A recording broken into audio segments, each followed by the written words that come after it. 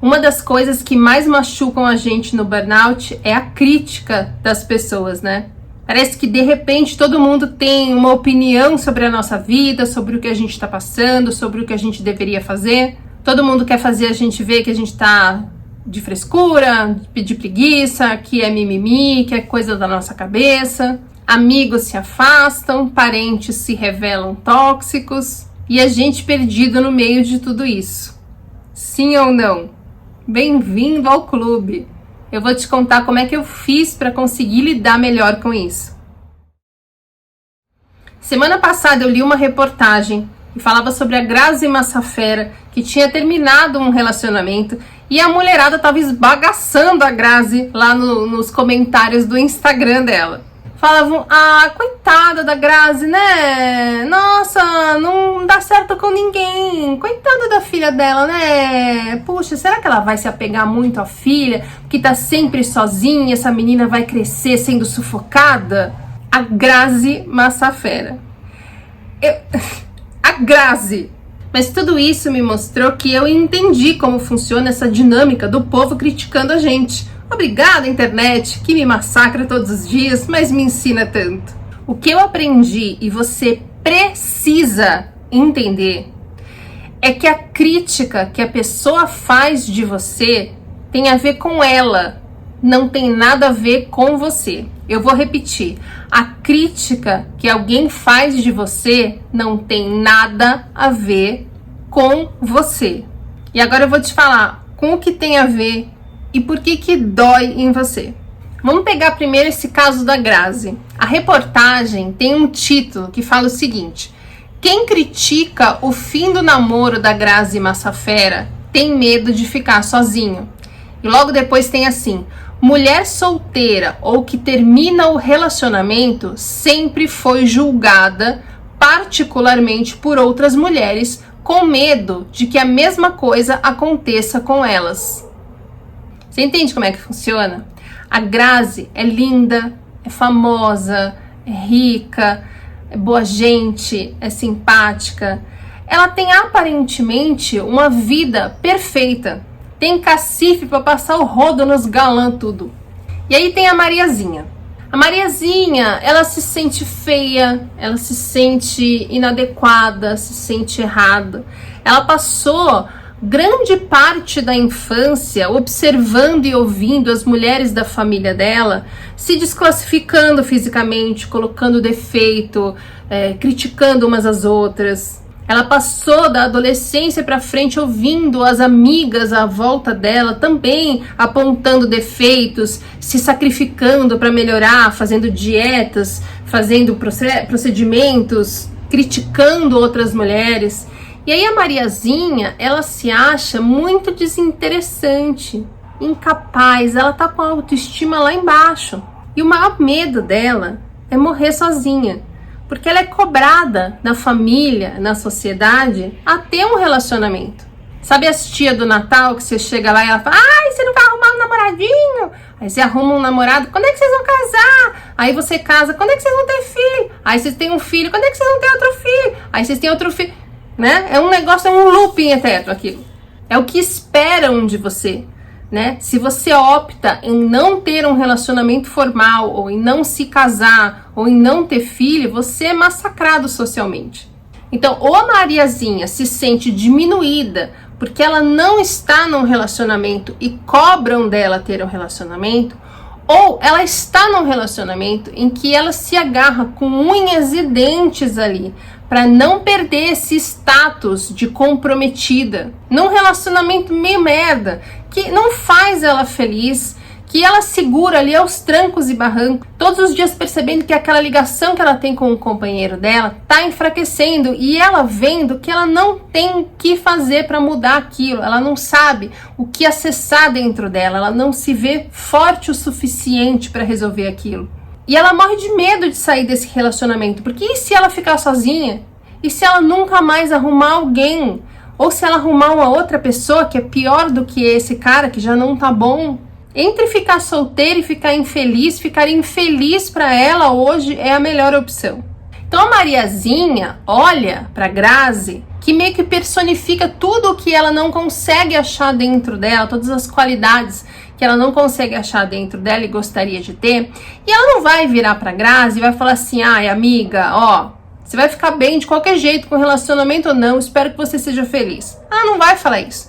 Ela vai chegar no Instagram da Grazi e ela vai descarregar todo esse peso que ela vem carregando dentro dela há tanto tempo, todas essas frustrações, essa amargura, essa sensação de incapacidade e de impotência.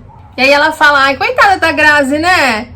Vai morrer solteira. Se ela fosse amiga da Grazi, ela falaria assim: nossa, amiga, você não dá certo com ninguém, né? Gente, que coisa! A Mariazinha precisa desse alívio no vitimismo dela ali, entendeu? Porque ela se vê impotente para mudar a situação dela. Mariazinha vive apontando as mulheres, falando que elas são oferecidas. Mariazinha vive generalizando, falando que nenhum homem presta. E a Grazi é uma coitada. A Grazi. Porque a Grazi esfregou o maior medo da Mariazinha na cara dela e mostrou que isso pode acontecer a qualquer momento. Porque se a Grazi, que tem qualidades que a Mariazinha gostaria de ter e não vê em si, não conseguiu segurar um relacionamento, o relacionamento da Mariazinha, que ela já sente que tá meio perdendo, que tá meio enfraquecido, pode ruir a qualquer momento. Só que isso é insuportável para Mariazinha. Ela precisa acreditar que a Grazi é menos do que ela. Ela justifica os fracassos dela com as desgraças dos outros. Se com a Grazi nunca dá certo e ela tá sozinha, e eu tenho um casamento socialmente reconhecido, eu tô melhor que a Grazi. Ela precisa acreditar que a Grazi é pior do que ela, para que ela consiga suportar o marido que ela não ama mais. Que ela não suporta mais olhar para a cara dele, mas ela se agarra nele com todas as forças, porque ela não quer ser julgada pelos outros como ela julga a Grazi. Gente, é exatamente essa a dinâmica de quem critica você na sua situação em um burnout.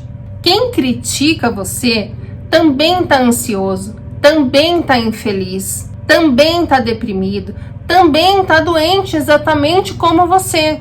Mas ele não consegue entender como ele poderia mudar a situação dele. Ele olha em volta e ele não vê saída. Ele tenta se conformar que aquela é a vida dele, que ele não tem o que fazer, que ele vai ter que continuar fazendo as mesmas coisas que deixam ele infeliz e que tá deixando ele cada vez mais esgotado. É desesperador. Você sabe, eu sei, a gente estava na mesma situação. E quando a gente tem um burnout, é como se a gente estivesse esfregando o maior medo da pessoa na cara dela, mostrando que a qualquer momento, isso em que ela está agarrada com todas as forças para ser socialmente aceitável, pode ruir a qualquer momento. A pessoa precisa acreditar que a gente é mais fraco que ela. Botar a gente para baixo do pau do galinheiro é a única forma que essa pessoa consegue ver de se sentir um pouco menos mal com a situação desesperadora que ele está vivendo. De alguma forma, ele olha pra gente e ele precisa acreditar: ah, ela tá pior.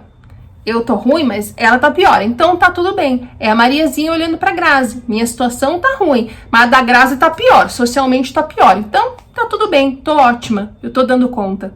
E a gente também tava nessa situação. E se alguém tivesse burnoutado ao nosso lado antes da gente, muito provavelmente a gente falaria as mesmas coisas, pensaria as mesmas coisas.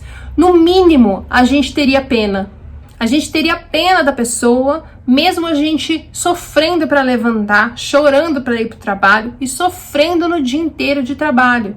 A gente usaria essa forma de avaliar o fracasso do outro como uma muleta para fazer a gente aguentar o que a gente estava passando, porque a gente não via a saída. A gente se sentia impotente diante da vida. A gente não sabia como mudar essa situação que deixou a gente doente.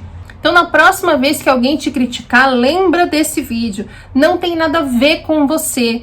É ela com ela mesma. De alguma forma, você incomodou alguma coisa que ela não está conseguindo lidar na vida dela.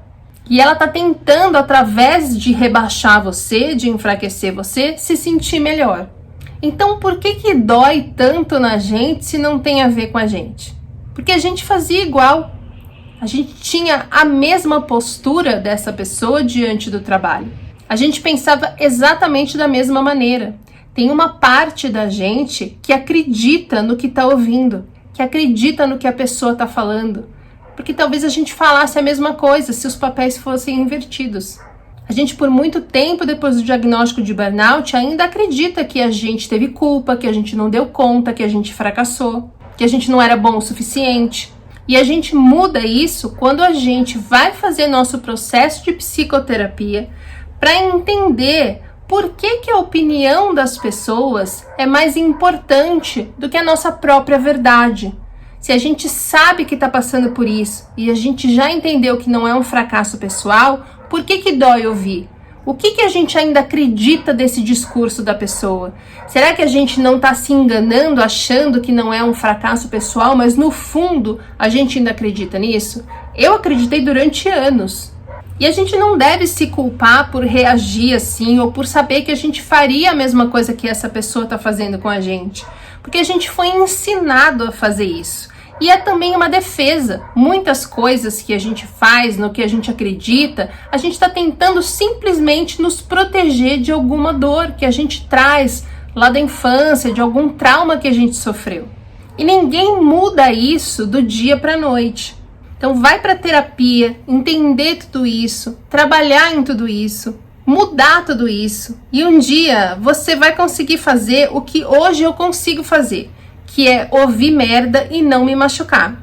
Nossa, mas você não se machuca com nada do que você ouve? Não, claro que não. Tem algumas coisas que ainda me machucam, mas são poucas coisas. Antes era tudo. A gente amadurece.